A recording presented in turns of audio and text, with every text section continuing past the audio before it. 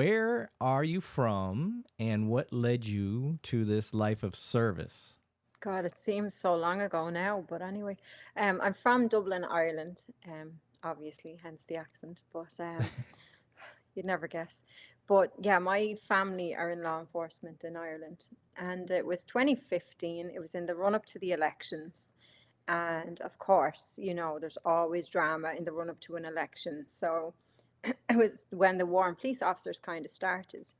And we were going through our own stuff at home. And my cousin was like, Amanda, things are so much more harder in America.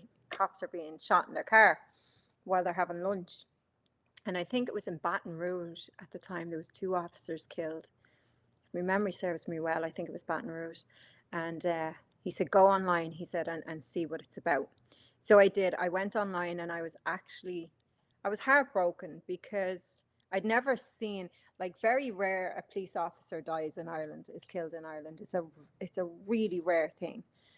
Although the crime there right now, that wouldn't be that rare now. But so for me to see the funeral of those two officers and see this massive sea of blue behind them, and these weren't just officers within their state, these were from all over the United States, come together in that brotherhood, that just, it got me right in the feels, because out of something so ugly, there was something so beautiful, and I was like, this is heartbreaking. I never in a million years thought that this would happen in the United States, because again, me being me, I mean, I knew nothing about law enforcement in America.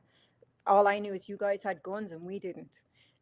So I didn't think it was possible for a police officer to be killed, because it wouldn't happen at home. So yeah, I just started to post messages of support on LinkedIn, not even thinking it would reach America, to be perfectly honest. And it did. And within 2 weeks, I was inundated with messages from police agencies across America thanking me for what I was doing, because morale was so bad, that they didn't think that anyone cared about them, and everything that they were doing was in vain. And so that stirred me on even more to do stuff. And in doing that, I had to learn about the American way, the Constitution, how everything worked here politically, within the services. The more I was delving into it, the more I was realizing just how bad it is for first responders and veterans, when it comes to mental health, addiction, and all this kind of stuff. So a SWAT team got together in Virginia. They gave me an honorary call sign, which was Irish Angel. And so, because they did that for me, I created a website that was username and password for them to go to share stories, to talk amongst themselves. It was like an open forum. And we would share like fallen officers, we would tell funny stories, whatever. And as you're doing this, I was watching the conversations back and forth between families and individuals, and it's was triggering things in me, because I actually come from I've had a whole life of repeated trauma since I was a child up to probably about 10 years ago. So I understand PTS. My mom also suffers with it, and she also she would lean on alcohol and prescription meds as a crutch. So I was always in that environment, so I understood it.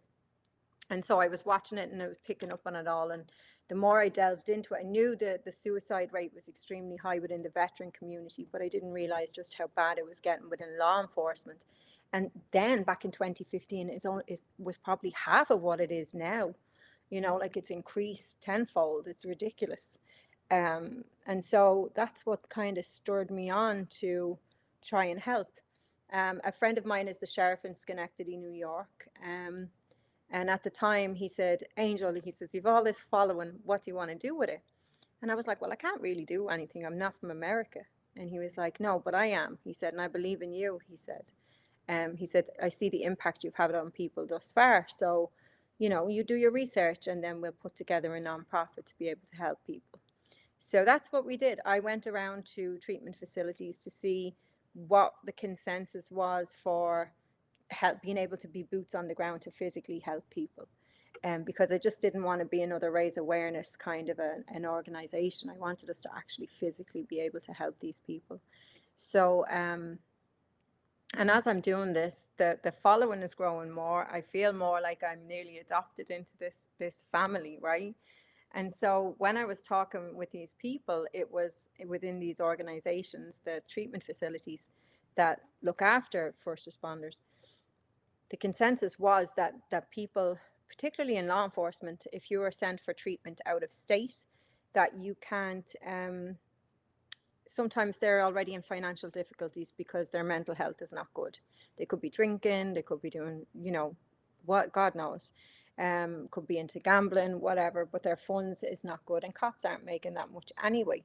So they can't afford the treatment that is out of state that's offered to them. So that's where I knew we had to start and help them. And so that's what we do. We help fly people for treatment if they can't afford it. Or if there's a treatment that's not covered under insurance and it's under a threshold, then we help with that too. So that's kind of where we started, but it wasn't without its stumbling blocks, obviously, with COVID, riots, wokeism, everything else. It really hindered our fundraising abilities for to be able to help these people. But I think everything happened either for a lesson or a blessing, and it was both for us because we were able to educate ourselves more, build a great team, and partner with some amazing organizations, collab with some amazing organizations that help get people into treatment really fast. So we have an amazing outreach of resources as well available for those who are needing it. So that's kind of the backstory on Irish Angel.